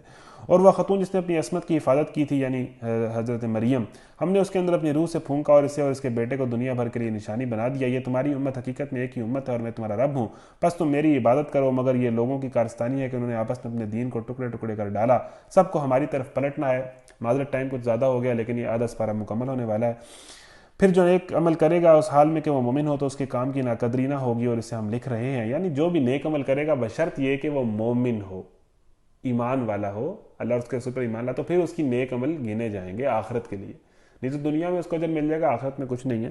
جو بھی ایمان والا نیک عمل کرے گا تو اس کی ہم ناقدری نہیں کریں گے, ان کا ریکارڈ بنے گا, اس کا ریوارڈ ملے گا. اور اسے ہم لکھ رہے ہیں. ہاں, اور ممکن نہیں ہے کہ جس بستی کو ہم نے ہلاک کر دیا ہو وہ پلٹ سکے, یہاں تک کہ جب یاجوج اور ماجوج کھول دیے جائیں گے اور ہر بلندی سے وہ نکل پڑیں گے اور وہ وعدہ برحق کے پورا ہونے کا وقت قریب آ لگے گا, تو یک ان لوگوں کے دیدے پھٹے کے پھٹے رہ جائیں گے جنہوں نے کفر کیا تھا. کہیں گے ہائے ہماری کمبختی, ہم اس چیز کی طرف سے غفلت میں پڑے ہوئے تھے بلکہ ہم خطا کار تھے. بے شک تم اور تمہارے وہ معبود جنہیں تم پوچھتے ہو جہنم کا ایندھن ہے, وہیں تم کو جانا ہے. اگر یہ واقعی خدا ہوتے تو وہاں نہ جاتے, اب سب کو ہمیشہ اسی میں رہنا ہے. وہاں وہ پھنکاریں ماریں گے, تکلیف سے پھنکاریں ماریں گے, اور حال یہ ہوگا کہ اس میں کان پڑی آواز نہ سنائی دے گی. چیخ بھی رہے ہوں گے اور پھر بھی کسی کو اپنی اتنا شور ہوگا کہ کسی کو کان پڑی آواز نہ سنائی دیتی ہوگی. رہے وہ لوگ جن کے لیے ہماری طرف سے بھلائی کا پہلے ہی فیصلہ ہو چکا ہوگا تو وہ یقیناً اس سے دور رکھے جائیں گے, اس کی سرسراہٹ تک نہ سنیں گے, اور وہ ہمیشہ ہمیشہ اپنی من بھاتی چیزوں کے درمیان رہیں گے. یعنی جو جنتی لوگ ہوں گے انہیں وہ جہنم کی اور اس کے اندر جو کچھ چل رہا ہے اس کی وہ سرسراہٹ تک بھی نہ سنیں گے, انہیں اس کی کوئی آواز تک نہ آئے گی. وہ سکون اور مزوں میں ہوں گے. جو ان پر بیت رہی ہے ان کی وہ سرسراہٹ تک نہ سنیں گے, وہ یعنی ان کے لیے کوئی مسئلہ نہیں ہوگا. اور اس کے بعد یہ آیت ہے جو بڑی خوبصورت ہے, لا يحزنهم الفزع الاکبر وتتلقاهم الملائکہ, وہ انتہائی گھبراہٹ کا دن یعنی قیامت کا دن جس میں ہر انسان شدید گھبراہٹ میں ہوگا, ان کو ذرا پریشان نہیں کرے گا. یعنی قیامت کا ہولناک دن بھی بندہ مومن کو پریشان نہیں کرے گا. قیامت کا ہولناک دن بھی, یہ ایمان اور نیک عمل وہ چیز ہے. یعنی بندہ مومن اس دن بھی پریشان نہیں ہوگا, یعنی وہ بچا رہے گا, اسے پتہ ہوگا کہ میرا رستہ کلیئر ہے, اسے سمجھ آ جائے گی کہ میں بچ جاؤں گا. وہ انتہائی گھبراہٹ کا وقت ان کو ذرا پریشان نہ کرے گا, اور ملائکہ بڑھ کر ان کے ہاتھ, یعنی قیامت کے دن وہ بیچارے جیسے ہی قبروں سے اٹھیں گے مومنین تو ملائکہ ان کو پکڑ لیں گے, آئیں سر, وی آئی پی پروٹوکول کے ساتھ ان کو سیدھا جنت میں لے جائیں گے. آسان حساب ہوگا, بس کاغذی کارروائی ہوگی. سمجھ رہے ہیں بات؟ تو جس طرح وی آئی پی بندے کا پروٹوکول ہوتا ہے نا کہ باقیوں کو لائنوں میں لگنا ہے, باقیوں نے تو ابھی ذلیل ہونا ہے, لیکن جو وی آئی پی ہے جس کا کام پورا ہے اس کو سر سلام کر کے سلوٹ کر کے سر آپ آئیں ہم آپ کو مقام پہ پہنچا دیتے ہیں اس قیامت کے دن میں. وہ انتہائی گھبراہٹ کا وقت ان کو ذرا پریشان نہ کرے گا, اور ملائکہ بڑھ کر ان کے ہاتھوں ہاتھ لیں گے, یہ تمہارا وہی دن ہے جس کا تم سے وعدہ کیا جاتا تھا. وہ دن جب کہ آسمان کو ہم یوں لپیٹ کر رکھ دیں گے جیسے تومار میں اور آگ لپیٹ دیے جاتے ہیں. جس طرح ہم نے تخلیق کی ابتدا کی تھی اسی طرح ہم پھر اس کا اعادہ کریں گے. یہ ایک وعدہ ہے ہمارے ذمے, اور یہ کام ہمیں بہرحال کرنا ہے. یعنی یہ وعدہ ہے اللہ کا, حساب کا, حشر کا, قیامت کا, اور اللہ نے یہ کام کرنا ہے. اور زبور میں ہم نصیحت کے بعد یہ لکھ چکے ہیں کہ زمین کے وارث ہمارے نیک بندے ہوں گے. اس میں ایک بڑی خبر ہے عبادت گزار لوگوں کے لیے. اے محمد صلی اللہ علیہ وسلم, ہم نے جو تم کو بھیجا ہے تو یہ دراصل دنیا والوں کے حق میں ہماری رحمت ہے. یعنی وما ارسلناک الا رحمۃ للعالمین, یہ آیت ہے 17ویں سپارے کی, کہ دنیا میں جو اللہ کے رسول ہم نے تمہیں بھیجا ہے, یہ جو دین ہم نے آپ کے ساتھ بھیجا ہے, یہ بیسیکلی دنیا کے اوپر ایک رحمت ہے. یہ پابندیاں اور مجبوریاں نہیں ہیں, یہ دین اور اللہ کا رسول اور قرآن یہ ایک بہت بڑی رحمت ہے, اور پوری دنیا کے لیے, سب انسانوں کی نجات اس میں ہے. پوری دنیا کی نجات اور تمام 8 ارب انسانوں کی نجات اس دین کے اندر ہے، رسول کی پیروی کے اندر ہے۔ ان سے کہو میرے پاس جو وحی آتی ہے وہ یہ ہے کہ تمہارا خدا صرف ایک خدا ہے، پھر کیا تم سر اطاعت جھکاتے ہو؟ اگر وہ منہ پھیریں تو کہہ دو میں نے اعلان تم کو خبردار کر دی ہے، اب میں یہ نہیں جانتا کہ وہ چیز جس کا تم سے وعدہ کیا جا رہا ہے قریب ہے یا دور۔ اللہ وہ باتیں بھی جانتا ہے جو بآواز بلند کہی جاتی ہیں، اور وہ باتیں بھی اللہ جانتا ہے جو تم چھپ کر کرتے ہو۔ یعنی اللہ تعالیٰ سب کچھ جانتا ہے، آپ کی پرائیویسی سب کچھ اللہ جانتا ہے، جو کچھ آپ کر رہے ہیں تنہائی میں یا اجتماعیت میں اللہ جانتا ہے، جو دل میں سوچ رہے ہیں اللہ جانتا ہے، جو ارادے ہیں اللہ جانتا ہے۔ میں تو یہ سمجھتا ہوں بھائی کہ شاید یہ دیر تمہارے لیے ایک فتنہ ہے اور تمہیں ایک وقت خاص تک کے لیے مزہ کرنے کا موقع دیا جا رہا ہے، ایک خاص وقت تک مدت ہے، اس میں یا مزے کرو یا اللہ کو پہچان لو۔ آخرکار رسول نے صلی اللہ علیہ وسلم نے کہا کہ اے میرے رب حق کے ساتھ فیصلہ کر دے، اور لوگوں تم جو باتیں بناتے ہو ان کے مقابلے میں ہمارا رب رحمان ہی ہمارے لیے مدد کا سہارا ہے۔ یعنی جو بھی تم باتیں کرتے ہو اس کے مقابلے میں ہمارے لیے اللہ ہی ہمارا سہارا ہے اور وہ ہماری مدد کے لیے کافی ہے۔ صدق اللہ العظیم۔ یہاں پر ہماری سورہ انبیاء بھی مکمل ہوئی۔ اللہ تعالیٰ سے دعا ہے کہ جو ہم نے پڑھا ہے ہم اس پر عمل کرنے کی توفیق عطا فرمائے۔ بہت شکریہ۔ وآخر دعوانا الحمدللہ رب العالمین۔ السلام علیکم ورحمۃ اللہ وبرکاتہ۔